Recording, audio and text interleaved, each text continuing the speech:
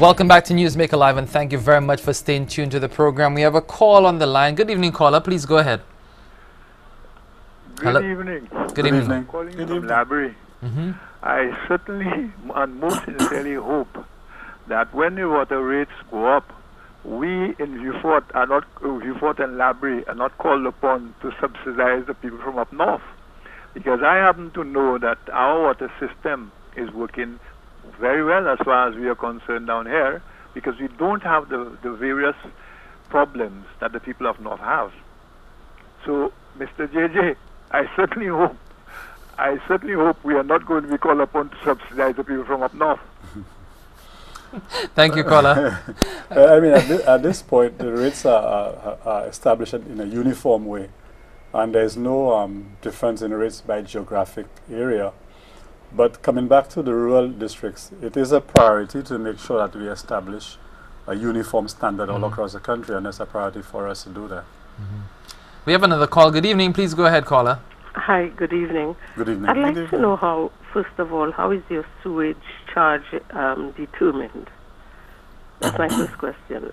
Is that your only question? No, I want to follow up with a question on this. And whether, when, depending on where you're located, you are required to use the, I would say, the neighborhood sewage system, especially in the north.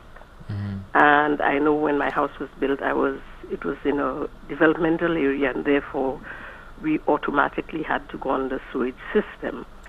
However, that we did not have any choice. We were required to do this. So I want to know, first of all, how is that charge established? And secondly, if someone in that area can choose or opt out of that system and put their own sewage system. These are the two questions. Okay. Thank you. All right. Thank you very much. I think the calculation of the charge, just like water, is determined by the cost of providing the service. And I think that's what the Commission looked at. And they broke down all of the elements of the cost of providing that service and then made a determination. It's an interesting question, the second part of the question, because at the moment the legislation does not make it compulsory, as far as I'm aware, in terms of being able to enforce compliance. However, I think we need to appreciate that St. Lucia at the moment, the environment is under a fair amount of attack because of our lack of management of wastewater in the country. Our surface waters are under threat. Our coastal waters are under threat because we are not able to manage wastewater. So it is fairly risky that if you're attached to a sewer system where the water can be dealt with and put back into the environment at an acceptable level, that you may choose not to do that and rely on your personal systems where in many occasions the effect of that sewer system is not ideal. So it may be easy for someone to suggest that maybe it may be cheaper for them to have their own septic system rather than pay for sewer services. But we must appreciate that in the long run, we're actually damaging the same environment we're living in because we are now contaminating surface water as well as our coastal waters. I think we need to decide what we want to live in and accept that we need to protect our environment. The sewer systems are designed to do that, and we need to upgrade the capacity of our sewer systems to make sure that any effluent that goes into the environment is within acceptable standards. There's a cost to that naturally, but the fewer people who are attached to it, the unit cost is higher. Right. As more people come on, then the cost will level out over time. Now, is that something that the Commission would be interested in? The whole treatment of sewage and ensuring that the legislation or the rules are in place so as many people as possible could be on a system that is managed by a responsible agency like WASCO. The thing is that the Commission can always make representation to the Minister, because I think only the Minister would be, it would require the Minister of Planning to get involved. But I think that's something that we'll have to look at going forward as a country, I think, because it's really critical. We have another call. Good evening. Please go ahead, caller. Hi, good evening. Good evening. Good evening. I receive an estimated bill every month, and it's just me and my son that lives in the home. Also, Wasco had promised to give me a meter as soon as it's available. The estimation of that bill is about $27 every month. With the increase in the water, I would like to know what measures are being put in place for situations such as these. Okay, thank you very much. I think in terms of metering, people who may not necessarily have a meter now, it's simply a matter of the resources to keep replenishing and purchasing meters as they are required. And on occasion we have been unable to fulfill that as in a timely manner. But as cash flow improves, we will be in a position to replace meters as they become due, or as they become faulty, or as new people come onto the system. Sometimes that has been quite a challenge. Now, one of the callers, the earlier callers, talked about the process of getting water into households. He said, well, Wasco just goes into the rivers, runs pipe, and that's it. So therefore, there should not be such an exorbitant charge in his mind for the quite for water. a long and fairly challenging process to build intakes across rivers in very remote areas, take it down through a pipeline to a point where it can be treated, and then distributed up hills, down hills, and all over the country. So there's a fairly lengthy and involved process from getting it from the river to your tap. It's not very easy to do. We have another call. Good evening. Please go ahead. Yeah, give thanks for the night, Give thanks for all the panelists there right now. Thank you. Good evening. It's just a matter of a question I want to ask. Why when Wasco like take the water, right? And why do people have to be getting that dirty water coming from the pipeline? And so that's still registered as water. Right. Is it? Now, second, I work as a water company. Like you have blue water. Wasco should be at least bottling water also and have it running on the market. That could have eased the pressure of every individual houses, out there still, is it? I mean, that's a good opinion. It's my opinion still. I don't know if it will stand for you all, And a question I want to ask concerning the water. I know you'll put chlorine in the water. Do you have any other thing like fluoride or anything added into the water also? That's the question. I get up there. I want to hear the answer now. Thanks for your questions. Right. Generally, when the pipelines are drained for repair or other situations like that, I mean, most of the times these pipelines are quite old, and as the water comes back, it tends to loosen particles inside of the pipe. Generally, Wasco staff will drain that out prior to putting it back on the system. However, you still get particles that come through, and that is an area that exists, which we have to work on. There was another question about chlorine in the water. Chlorine. Yes, we do add chlorine. And he asked about fluoride. We did not add fluorides to the water supply. I mean, St. Lucia's water is a fairly soft water, and at the moment we don't really add any further additives to the water supply. I think I had responded earlier to the question of bottled water, yes. And for instance, if I have a choice of replacing pipelines because they're old, we'd rather do that before we invest in a bottling plant. Yes. We have another call. Good evening. Please go ahead.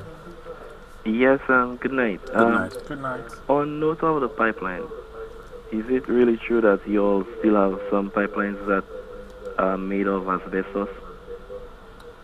I think we have very old pipelines. I'm not certain that we still have asbestos pipelines. I think we have some of these in the sewer system, but I'm not sure we have asbestos pipelines in the water system.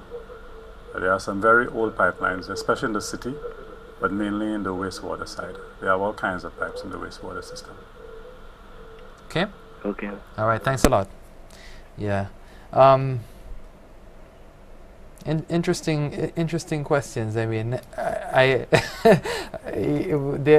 guess the callers, they're getting an opportunity to ask questions of Wasco that they have not asked for a long time, and we have also Mr. Kelly Joseph, who is the Executive Director of the National Water and Sewage Commission, and they are the ones responsible for effecting any rate increase. So if you have questions about that, you can also ask him. We have another call. Good evening. Please go ahead.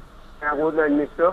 Good evening. Good evening. Mr. Manager, I would like to see, I am a member of Bellevue. I live in Bellevue Quarter Viewport.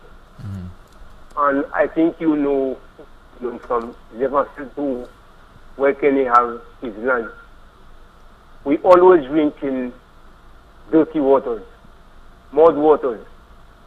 If rain start falling for 3 days or 4 days, we out of water for the whole 3 days. So what we have to put something in place for us, Bellevue people, to get some clean water. And I think you know everything that's going on. All right. Thanks a lot, caller. Certainly, I think we, like I've been saying earlier, our priority are the rural areas where we have some very simple systems and they don't have the benefit of the more sophisticated treatment processes that exist in some other areas. And it's extremely important that we fund these improvements as a matter of priority and urgency. Good evening, caller. Please go ahead. Yes, good evening, gentlemen. Good evening. Good evening. I understand. I do understand the situations with Wasco and what I agree. I am not an employee of Wasco. I'm a St. Lucian citizen, and weighing things the way it is, I agree with the raise that Wasco is supposed to get. I have no problems with that. I'm willing to pay that amount of money. What I'm asking is, Wasco, what amount of money is that they? I'm not saying you should say it on television, but is there any regulation as to how much you get out of those water companies that making a mint on persons in St. Lucia? And the other thing is, I can remember in 1993 thereabouts, they changed the pipes, not 93, 1985 or 83 thereabouts, they changed the pipes in Parvey area. They changed they put some 3-inch pipes there. And that is about a good how many years ago? And those pipes, just recently, I filmed some of Wasco workers doing the work there. They saw me taking the pictures. I took the pictures back in 2004, and then again, just recently, they were doing some work, changing a portion of a length of pipe. My argument was, or my concern, my disgust was, the guys working there, the water workers, seeing the condition of the pipe. A 3-inch pipe was reduced due to clogging and what all the rust and siltation inside the pipe. It was reduced to about ½ inch. So the water is flowing only about ½ inch inside. If you understand what I'm saying. You could see the water, the inside of it is orange. And this guy just cut a portion of the pipe on 2 ends, about 7 feet. I have the piece of pipe home. I invited one of the news persons to come and see it. That they never did. But I have the pipe at home. It's close to, they drop it on our land. It's a 7-foot piece of pipe. They cut it out of a length of 20 feet. So the rest of the pipe is still bad. And they joined it. No sooner after they joined it, that the rest of the other areas on that pipe, same pipe, got leaking again. You could see the road they just fixed in Pave. They had to come back and dig that same area. What I'm saying is, by now, I'm not saying they should be able to change all the pipes in the country because it costs money. By now, they should be putting a program in place that over a period of time start phasing out some of these old pipes that have been there. Because I've seen it all the years, and the pipe, the 3-inch pipe that they put there in 1985, or I think it was then because I was going to NGO school back then, that pipe is reduced. It's no longer 3 inches. It's no longer water flowing for the whole 3 inches inside of it. It's down to about ½ inch to about 3/4 inch of water running through it. All the rest of it is siltation. When I pushed my hands out of it, it was just silt, just mud, orange smelling mud. So that water comes into your house. If you collect the water and you allow it to settle, I'm not expecting you to get 100%, but if you let it to settle, the bottom of that water you cannot use. And I'm saying that's why I have my filter when I use the Wasco water. We have a number of things to do again, but Wasco, if we're going to be welcoming that change, some of us will, some of us. I am not a rich guy. I cannot, but I understand. What I'm saying is, if we're willing to take that, we're willing to support you there, your workers, if they're changing if they change the pipe, change the length if they have to, not just a little piece. The same dirty water comes back in our places, and that's just my ambition. All right, thank you very much, caller. I think that the point is taken. The program of replacement of transmission mains and distribution lines is common. We have to do that all over the country. We have pipes that go back even further than the gentleman is speaking about. And the plans are there. It's a matter of mobilizing the resources to do it. So that I think we are better able to approach now. In terms of the first question, there are tariffs for commercial purposes, and bottled water companies pay what is called a commercial tariff. And we again don't decide that. That is the purview of the regulator. And as far as I'm aware, these rates have gone up by the same percentage as all of the other rates. The commercial tariff rates are a lot more than what the domestic rates are. They pay a flat tariff. Prior to now, they were paying $20 per 1,000 gallons, and that is now going up to $33.23 per 1,000 gallons. We have another call on the line. Good evening. Please go ahead. Thanks for holding. Good evening, sir. Good evening. Good evening. 3 questions. One, I live in the Beausejour area near the, in fact, maybe a quarter mile from the sewer plant, but downwind. For many years, we have been experiencing very, very serious foul odor coming from the plant. I have been in countries where plants are close to residential homes, and I have not experienced this before. I suspect something is happening, and Wasco, sometimes at night we can hardly sleep because the smell, especially when the sun is hot, this drought period. So I need to know what is the reason why you get that smell. Is it a normal thing, or is it something that you all are not doing correctly there?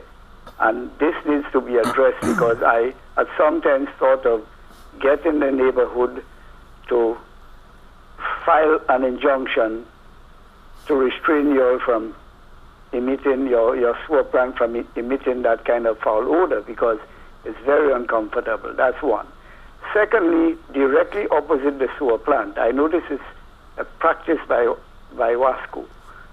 They would cut the road to make a connection and leave that trench open, and the road deteriorates.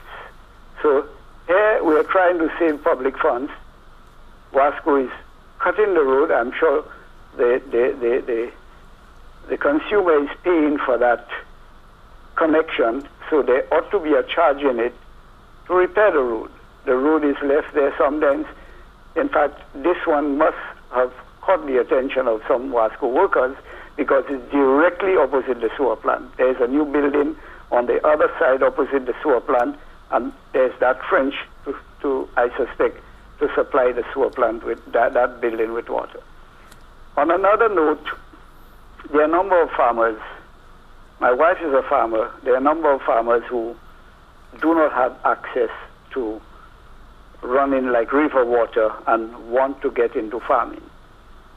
Is there any plans, are there any plans for giving those farmers, because we know agriculture is important, what kind of concession farmers can get from Wasco in relation to, especially now I understand there may be an increase in water. Or is there any way that farmers can buy the water a little cheaper because it is for farming purposes? That would be for irrigation? For irrigation. Okay. All right. So you have 3 questions. Let me allow them to answer. Thanks. Okay. The first item is the odor emanating from the Beausejour plant. I think that is from my understanding, it has to do with the level of sludge in the ponds. And over the last couple of decades where these things have been set up, the level of sludge has built up to the point where it's creating a problem. But then so far I'm aware that we have actually dislodged at least 2 of these ponds. So the process of dislodging is continuing, and we expect that that odor should be managed, and you should not be getting that in the near future. In terms of the reinstatement of roads, that is definitely an area that we need to improve a lot on. At the moment, we rely on private contractors to do road reinstatement, but that's an area that has to be tightened up quite a bit in terms of the standards and the responses in terms of getting it done on time. So I think that is an area that we are aware of and we are working on. At the moment, there's no rate specifically for irrigation. I don't think that's ever existed actually. So that is something completely new.